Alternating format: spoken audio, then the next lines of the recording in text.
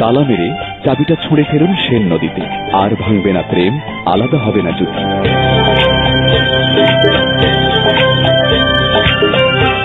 এমন বিশ্বাসে শিল্প সাহিত্যের দেশ ফ্রান্সের প্যারিসে বিখ্যাত লাভ লক ব্রিজে ভালোবাসার তালা ঝুলিয়ে দেন তরুণ তরুণীরা। 2008 সাল থেকে শুরু হওয়া এ সংস্কৃতি দ্রুতই জনপ্রিয় হয়ে উঠেছে পর্যটকদের কাছে।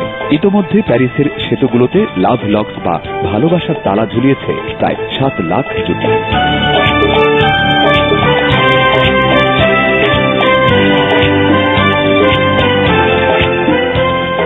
সম্প্রতি একটি সেতুর রেলিং ভেঙে পড়ায় তালা ঝুলানো নিয়ে শুরু হয়েছে সমালোচনা।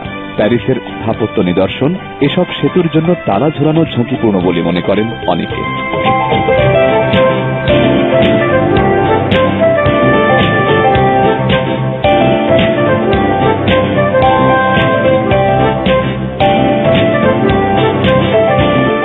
তালা ঝুলানো নিষিদ্ধের দাবিতে নো লাভ লকস প্রচারাভিযান শুরু করেছেন এ সংস্কৃতির বিরোধীরা।